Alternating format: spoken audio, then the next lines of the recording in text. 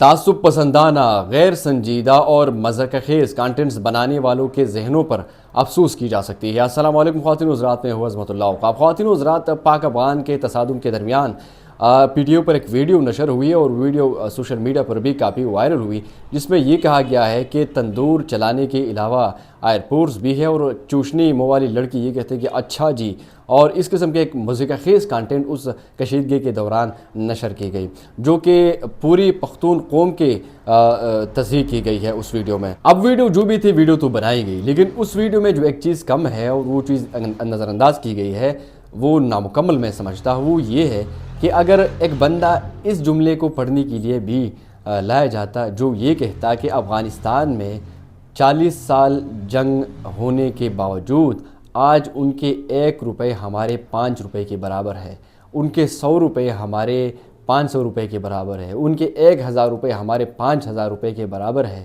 تو یہ ویڈیو مکمل ہو جاتی، یہ اسکرپٹ مکمل ہو جاتا۔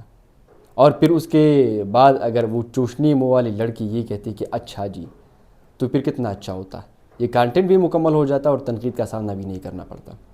اب چلو ایک کمپیریزن اور کر لیتے ہیں۔ افغانی تو چلو تندور چلا کے گزارا کر رہے ہیں اور محنت مزدوری کر کے، کہیں پر ریڑھی لگا کے، تندور چلا کے وہ محنت مزدوری کر کے اپنے لیے کما رہے ہیں، لیکن کیا کوئی پنجابی، کوئی سندھی، کوئی بلوچی وہ تندور نہیں چلا رہا؟ وہ تندوری نہیں ہے؟ افغانی تو تندوروں میں کام کرتے، تو کیا پنجابی نہیں کرتے تندوروں میں کام؟ سندھی نہیں کرتے تندوروں میں کام؟ گلگت والے نہیں کرتے تندوروں میں کام؟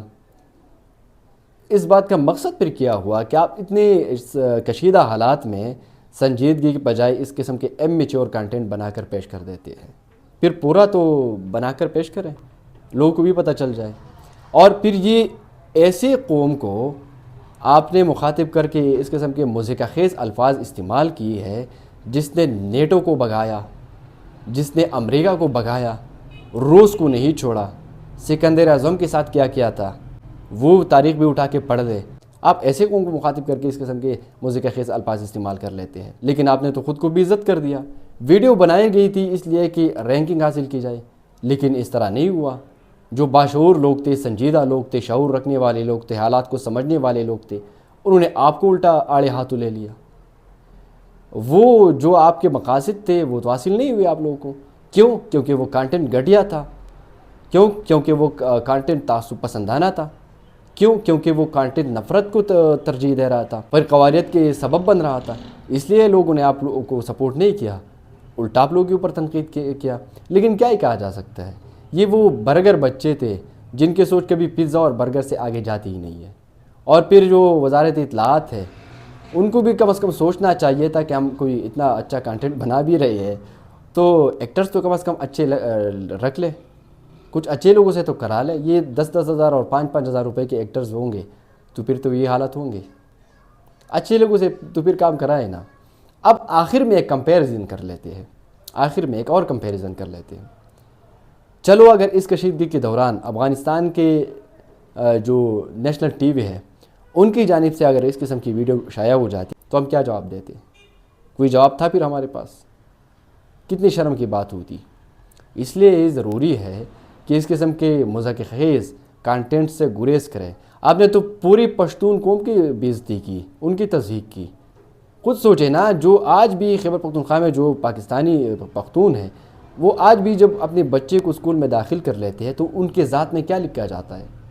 ان کے ذات میں افغان لکھا جاتا ہے، کیونکہ ڈیورنڈ لائن کی معاہدے کے بعد جو لوگ یہاں تھے وہ یہاں کے رہ گئے، جو لوگ وہاں رہ گئے وہ وہاں کے رہ گئے۔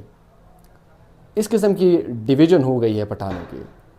نسلی طور پر، ذاتی طور پر تو وہ لوگ ایک دوسرے سے جدا نہیں ہے، آج بھی وہی نسل ہے، آج بھی وہی شجرہ ہے، آج بھی وہی قوم ہے، آج بھی وہی لوگ ہیں، آج بھی وہی سوچنے والے لوگ ہیں۔ اور پھر افغانی تو ہم نے جہاں بھی دیکھے ہیں یہاں پر، یا جو بھی پختون ہیں وہ تندور چلاتے ہیں، ریڑھی لگاتے ہیں، دہاڑی کرتے ہیں، لیکن اپنے لیے حلال طریقے سے کما کر کھاتے ہیں، بھیک نہیں مانگتے وہ لوگ۔ ہم نے کبھی کسی پٹھان، کسی افغان کو، ہم نے کسی افغان مہاجر کو بھیک مانگتے ہوئے نہیں دیکھا ہے، محنت مزدوری کرتے ہوئے دیکھا ہے۔